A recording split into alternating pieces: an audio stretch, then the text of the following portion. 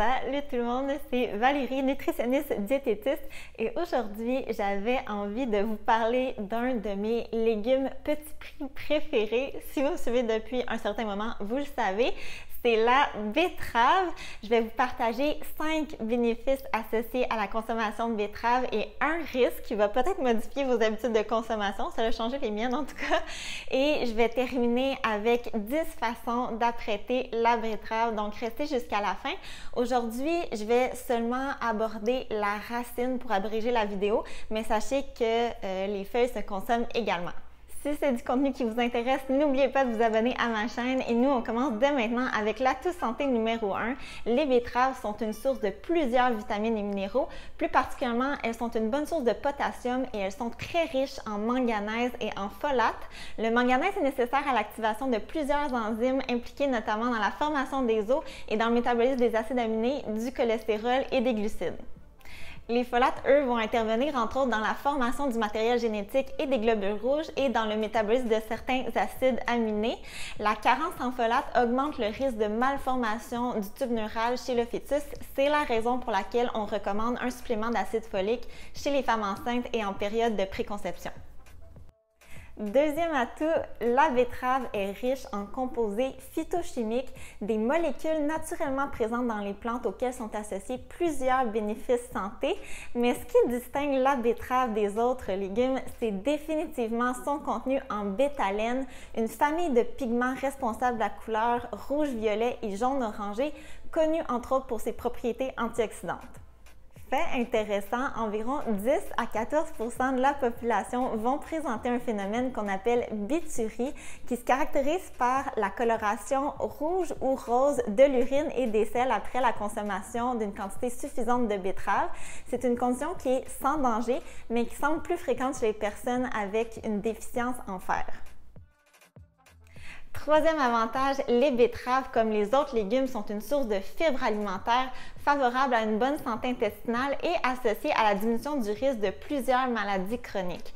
Mais encore plus intéressant, elles contiennent des fibres prébiotiques. Les prébiotiques résistent à la digestion et ont la capacité de stimuler la croissance sélective et ou l'activité des bactéries bénéfiques à la santé.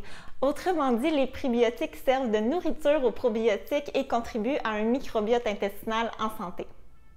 Quatrième atout santé vraiment intéressant sur la betterave, il y a plusieurs études qui ont analysé l'effet du jus de betterave sur la pression artérielle et dans l'ensemble, les données montrent un effet positif.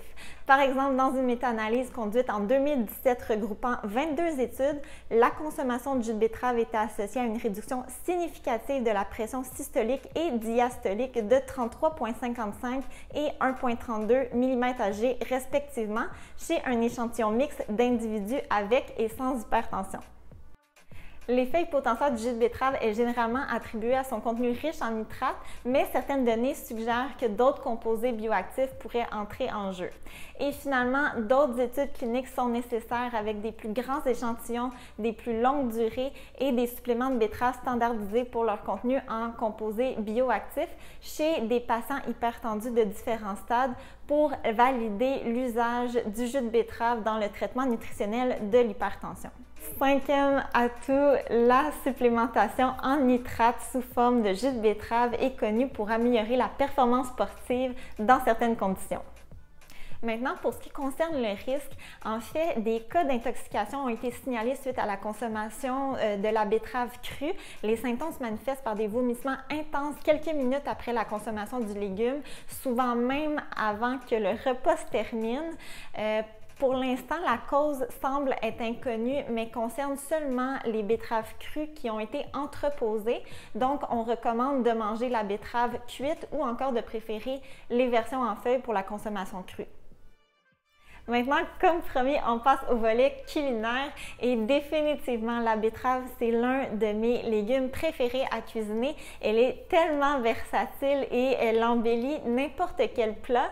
Je vais donc vous présenter 10 façons différentes d'apprêter la betterave et en majorité, c'est des recettes que j'ai déjà réalisées par le passé et qu'on a vraiment adorées.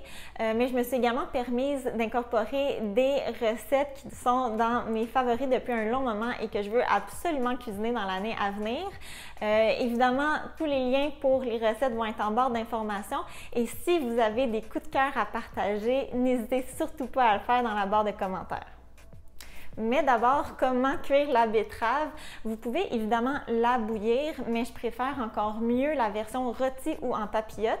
Pour la rôtir, c'est super simple. Je vais la peler, la couper en morceaux égaux. Je vais arroser d'un peu d'huile d'olive, sel, poivre, puis je vais parfois ajouter soit du thym ou du romarin séché.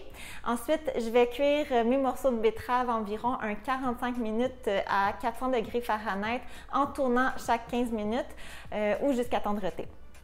Pour la version en papillote, je vais plutôt déposer mes morceaux de betterave dans du papier d'aluminium avec l'huile et les assaisonnements. J'aime aussi ajouter des gousses d'ail écrasées, puis les morceaux de betterave vont cuire également 45 minutes. Vous pouvez aussi cuire la betterave entière, simplement les enrober individuellement dans du papier d'aluminium et cuire au four au moins 60 minutes. J'aime les déposer sur une plaque de cuisson en cas d'écoulement, puis à la sortie du four, vous n'avez qu'à laisser refroidir légèrement avant de peler. Une fois cuite, la plupart du temps, je vais servir la betterave simplement en accompagnement dans les bols repas ou en salade.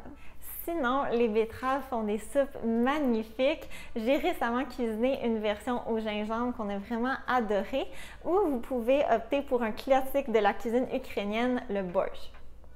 Les betteraves s'intègrent très bien aussi aux recettes de galettes à burger, de boulettes et mon petit chouchou de falafel.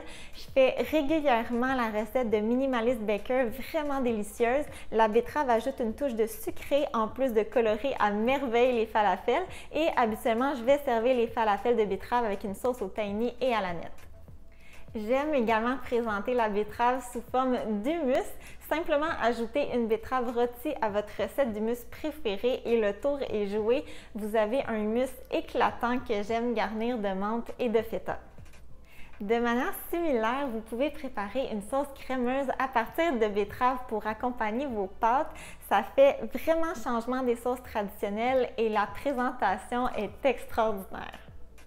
Évidemment, la façon la plus simple de servir la betterave, c'est définitivement cru. Je vais simplement la râper et l'ajouter à mes salades et à mes bols pokés pour une touche de couleur et de croquant. Encore une fois, je rappelle de préférer les betteraves en feuilles pour la consommation crue.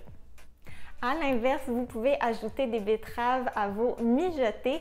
Je vous suggère ici un braisé tout simple aux lentilles, mais qui devient spécial grâce aux betteraves. C'est une recette que je vais faire depuis longtemps et que je vais définitivement mettre au menu d'ici la fin de l'hiver. La betterave peut même se manger au déjeuner.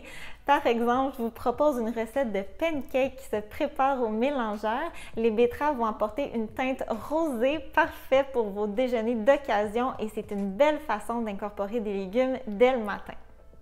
De la même façon, on peut ajouter de la purée de betterave à la préparation de tortillas.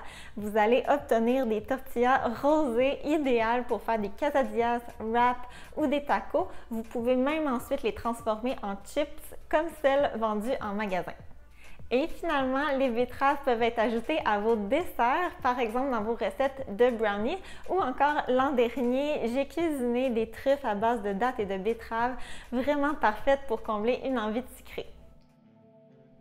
Et voilà, c'est déjà tout pour aujourd'hui. J'espère vraiment que je vous ai convaincu d'incorporer plus souvent la betterave au menu. N'oubliez pas de partager vos meilleures recettes en barre de commentaires. Un gros merci de votre écoute et on se revoit très bientôt. Bye bye!